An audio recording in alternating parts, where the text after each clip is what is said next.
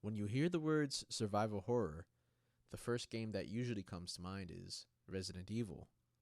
Within the last few years, Capcom has been answering the prayers of its Resident Evil fans with amazing remakes of Resident Evil 2, Resident Evil 3, and Resident Evil 4, but also capturing the minds of the next generation of fans through titles like Resident Evil 7 and Resident Evil Village. There is no doubt that Capcom is on a roll with these amazing releases and has no intention of stopping. However, it might be a while before we see a new title revealed in the series that is not a remake. While we wait for the next chapter in Resident Evil, I thought it would be nice to indulge in some fan fiction, or shall we say, AI fiction.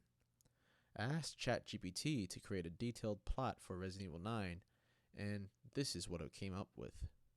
Enjoy. Resident Evil 9. The story unfolds in 2030, a decade after the events of Resident Evil 8.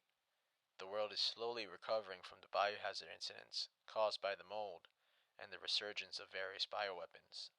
The Umbrella Corporation, thought to be dismantled, has secretly re-emerged under a new name, Neo Umbrella.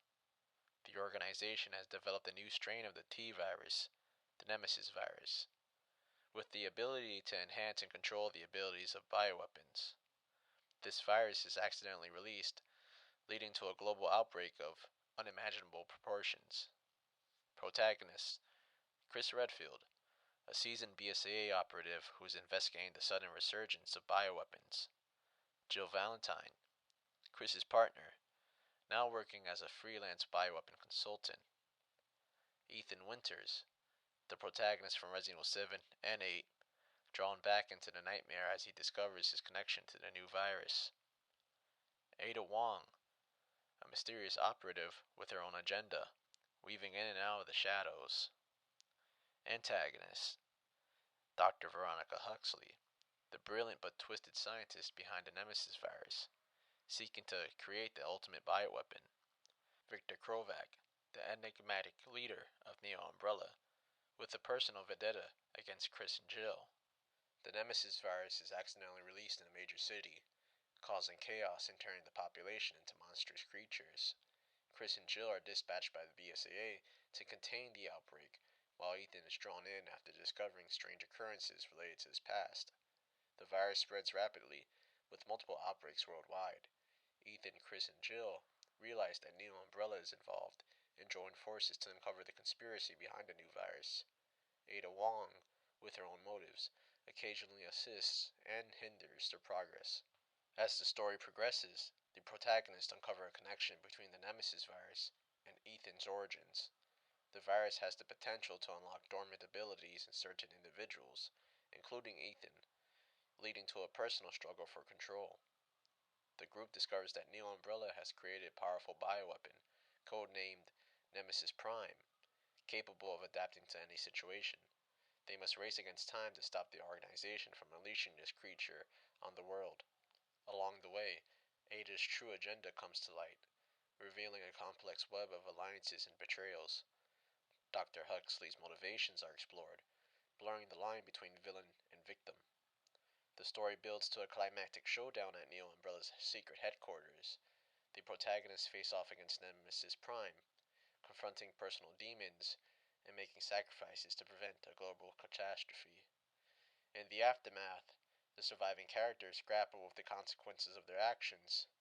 The world begins to heal, but the shadows of bioweapons and the potential for a new threat linger. Resident Evil 9 explores themes of identity, sacrifice, and the consequences of playing with the forces of nature. It delves into the moral ambiguity of characters' actions and the fine line between hero and villain in a world plagued by biohazards. Well, guys, there you have it. ChatGPT's take on what Resident Evil 9 could be like. Even though there are many similarities from older titles, this plot also helps us imagine what it would be like to see characters in the series who have never met before actually interact.